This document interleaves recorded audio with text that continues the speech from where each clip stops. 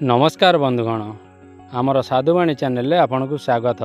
आजिर विषय है नख उपर दृश्य होता अधचंद्रर अर्थ कौन होता है। बंधुगण, आम शरीर रही किछि ना किछि चिन्ह आमको से चिन्ह द्वारा किछि संकेत दे था। जो चिन्ह आम शरीर में थिले भी आमे अनेक समय से सब विषय जानीपारि न था। हेले सामुद्रिक शास्त्र रे आम शरीर गठन चिन्ह यही सब कथा को आधार करी व्यक्तिर स्वभाव ताठारु आरंभ करी तार भाग्य भविष्य अनेक कथा पर्यंत सूचना दे थाए बोली वर्णित रही। तेबे अनेक लोकंकर नख उपरे अर्धचंद्र रही थाए। यही चिन्ह नख उपरे रहिबार अर्थ कौन होता है चलतु जानिबा। नख उपरे थिबा एही अर्धचंद्रर स्थिति सेही व्यक्तिर स्वास्थ्यर सूचक अटे।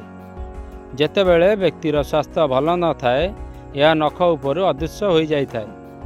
जेतेबेले स्वास्थ्य भल हो जाए सेतेबेले पुनश्च चिन्हटी नख उपरे दृश्य होगा आरंभ हो जाए। जो लोकंकर हाथर 10टी आंगुठी 5टी आंगुठीर नख उपर चिन्ह रही थाए तेबे यह से व्यक्तिर स्वास्थ्य अवस्था बहुत भल अच्छी बोली दर्शाई थाए।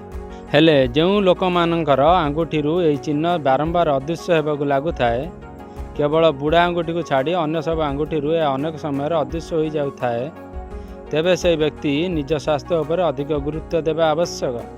नचेत निकटरे से व्यक्तिर स्वास्थ्य अवस्था बिगिड़ार संभावना रही थाए।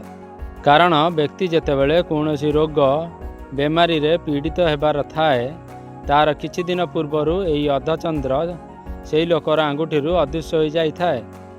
तेणु जेतेबेले आपण माने एपरिक चेउथिबार देखिबाकु पाई थांती तेबे आपणको आपणक स्वास्थ्यर सठिक जत्न नेबा उचित। तेबे मेडिकल भाषा रे नखरे रही अर्धचंद्र शरीर रे आयरन कम होबाकू दर्शाई थाए। एथिसह थायराइड थिबार मध्य सूचित कराई थाए। नमस्कार।